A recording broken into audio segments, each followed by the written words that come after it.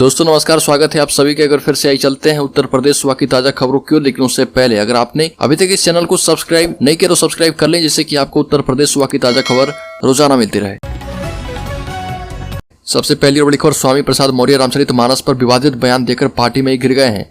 Samajwadi party ने खुद को उनके बयान से अलग कर लिया है। पार्टी प्रवक्ता AP सिंह ने कहा कि आस्था पर सवाल नहीं होते, चाहे किसी भी धर्म के अनुयायी क्यों ना हो। रामचरितमानस पर सवाल उठाना गलत है। अगर रामचरितमानस ठीक नहीं लगता तो नहीं पढ़ें। वहीं समाजवादी पार्टी के वरिष्ठ नेता मनोज पांडे ने कहा कि रामचरितमानस आस्था का केंद्र है। उधर यूपी बीजेपी अध्यक्ष भूपेंद्र चौधरी ने स्वामी प्रसाद मौर्य को मानसिक रूप से विक्षिप्त बताया। साथ ही हाल ही में बीजेपी में आई अर्पणा यादव ने भी उनके बयान को निकृष्ट मानसिकता करार दिया।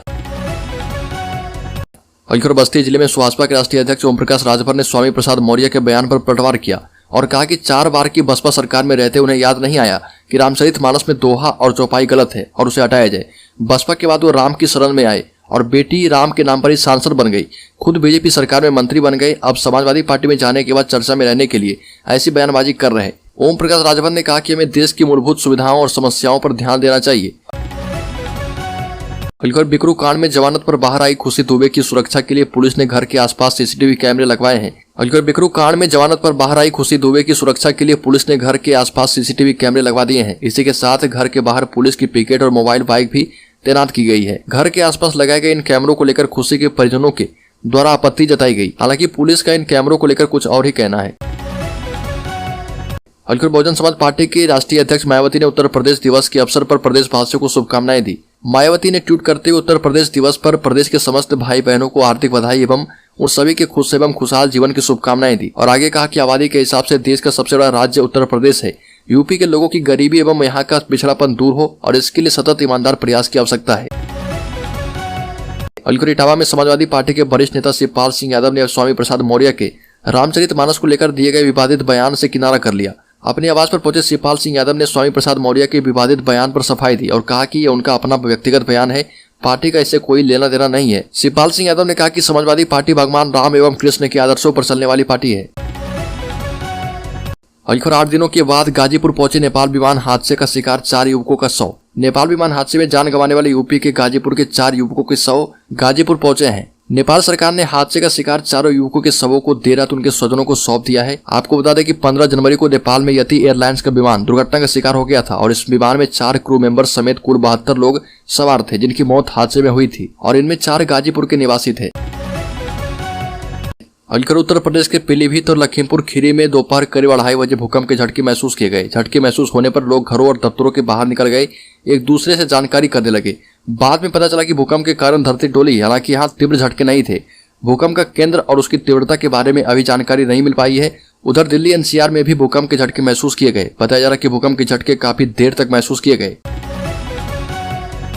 समाजवादी पार्टी के विधायक इरफान सोलंकी पर 2 महीने में गैंगस्टर समेत 8 केस हुए दर्ज। कुर्की की तैयारी में है पुलिस। कानपुर पुलिस की तेज हुई कार्रवाई से समाजवादी पार्टी के विधायक इरफान सोलंकी के करीबियों में हड़कंप मचा हुआ है। पिछले 2 दिनों में 2 करीबियों को कानपुर पुलिस ने गिरफ्तार करते हुए संदेश देने की कोशिश की है कि इरफान सोलंकी के साथ अपराध में शामिल करीबियों को किसी भी हाल में बख्शा नहीं जाएगा। इरफान सोलंकी फिलहाल महाराजगंज जेल में बंद है और उनका भाई रिजवान सोलंकी कानपुर जेल में। 75वें उत्तर प्रदेश स्थापना दिवस के उपलक्ष्य में आयोजित 3 दिवसीय उत्सव का CM योगी आदित्यनाथ ने उद्घाटन किया। अवध शिल्प ग्राम में उद्घाटन के अवसर पर राज्यपाल आनंदीबेन पटेल भी शामिल हुई। योगी आदित्यनाथ ने समारोह को संबोधित करते हुए कहा कि देश की आबादी के लिहाज से सबसे बड़े राज्य उत्तर प्रदेश है। मुख्यमंत्री ने कहा कि उत्तर प्रदेश एक बार फिर से अंगड़ाई लेकर उठ खड़ा हुआ है।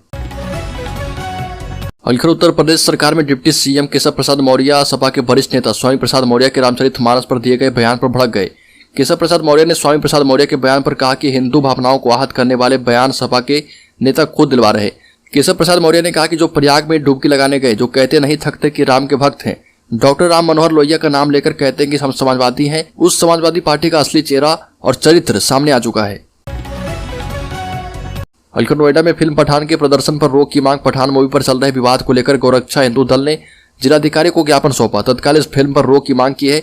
कार्यकर्ताओं ने सूरजपुर स्थित जिलाधिकारी कार्यालय पर मूवी पर रोक लगाने को लेकर ज्ञापन सौंपा। पठान मूवी पर दिखाए गए दृश्यों को लेकर कई हिंदू संगठनों ने फिल्म के प्रदर्शन पर रोक लगाने की मांग की है और इसी को लेकर गौतम बुद्ध नगर जिलाधिकारी कार्यालय पर गोरक्षा हिंदू दल के राष्ट्रीय अध्यक्ष बेत नागर के नेतृत्व में कार्यकर्ताओं ने जिलाधिकारी के नाम ज्ञापन सौंपा।